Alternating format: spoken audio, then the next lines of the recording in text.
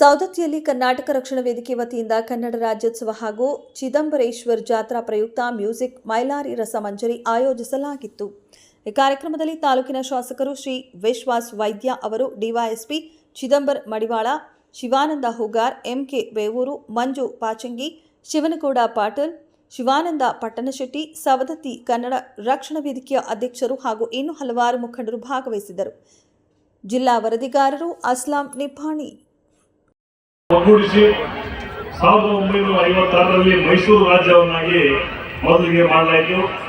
ತದನಂತರ 1973ರಲ್ಲಿ ದಿವಂಗತ ಅಂದಿನ ಮುಖ್ಯಮಂತ್ರಿಗಳಾದಂಥ ದಿವಂಗತ ಡಿ ದೇವರಾಜ ಅರಸರು ಅವರ ಮುಖ್ಯಮಂತ್ರಿ ಆದಂಥ ಅವರ ನೇತೃತ್ವದಲ್ಲಿ ಕರ್ನಾಟಕ ರಾಜ್ಯವನ್ನು ಮತ್ತೆ ಮರು ನಾಮಕರಣಗೊಂಡು ಇವತ್ತಿಗೆ 71 ವರ್ಷಗಳ ಕಳೆಯಿತು.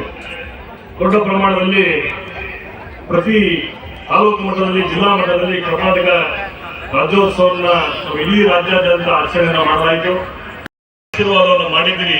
ತಮ್ಮೆಲ್ಲರ ಋಣವನ್ನ ತೀರಿಸುವಂತ ಪ್ರಾಮಾಣಿಕ ಪ್ರಯತ್ನವನ್ನ ಈ ಕ್ಷೇತ್ರದ ಅಭಿವೃದ್ಧಿಗಾಗಿ ಕಂಕಣಬದ್ಧನಾಗಿ ಕಟಿಬದ್ಧನಾಗಿ ಹಗಲಿರುಳು ಶ್ರಮಿಸಿ ಈ ಕ್ಷೇತ್ರದ ಸರ್ವಾಂಗೀಣ ಅಭಿವೃದ್ಧಿನ ಮಾಡಿ ತಮ್ಮ ಋಣವನ್ನು ತೀರಿಸುವಂತ ಪ್ರಯತ್ನವನ್ನ ಖಂಡಿತವಾಗಲೂ ಮಾಡ್ತೀನಿ ಅನ್ನುವಂತ ಮಾತನ್ನ ಈ ಸಂದರ್ಭದಲ್ಲಿ ಹೇಳಿ, ಐತಿಹಾಸಿಕ ದೇವಸ್ಥಾನವನ್ನ ಪ್ರಾಧಿಕಾರವನ್ನಾಗಿ ಮಾಡಿ ಇಡೀ ನಮ್ಮ ಕರ್ನಾಟಕ ರಾಜ್ಯದಲ್ಲಿ ಅತ್ಯಂತ ಪ್ರಖ್ಯಾತ ದೇವಸ್ಥಾನ ಆಗಿರುವಂತಹ ಸೌದತ್ತಿ ಯಲ್ಲಮ್ಮ ದೇವಸ್ಥಾನವನ್ನು ಪ್ರಾಧಿಕಾರವನ್ನಾಗಿ ಮಾಡಿ ಸುಮಾರು 215 ಕೋಟಿ ರೂಪಾಯಿ ಅನುದಾನವನ್ನು ತರುವುದರ ಮುಖಾಂತರ ಒಂದು ಅದ್ಭುತವಾದಂತಹ ಮಾಸ್ಟರ್ ಪ್ಲಾನ್ ಅನ್ನು ರೂಪಿಸಿ DPR ಕೂಡ ರೆಡಿಯಾಗಿ ಅತಿ ಶೀಘ್ರದಲ್ಲಿ ಕೆಲಸ ಕೂಡ ಪ್ರಾರಂಭವಾಗಲಿದೆ.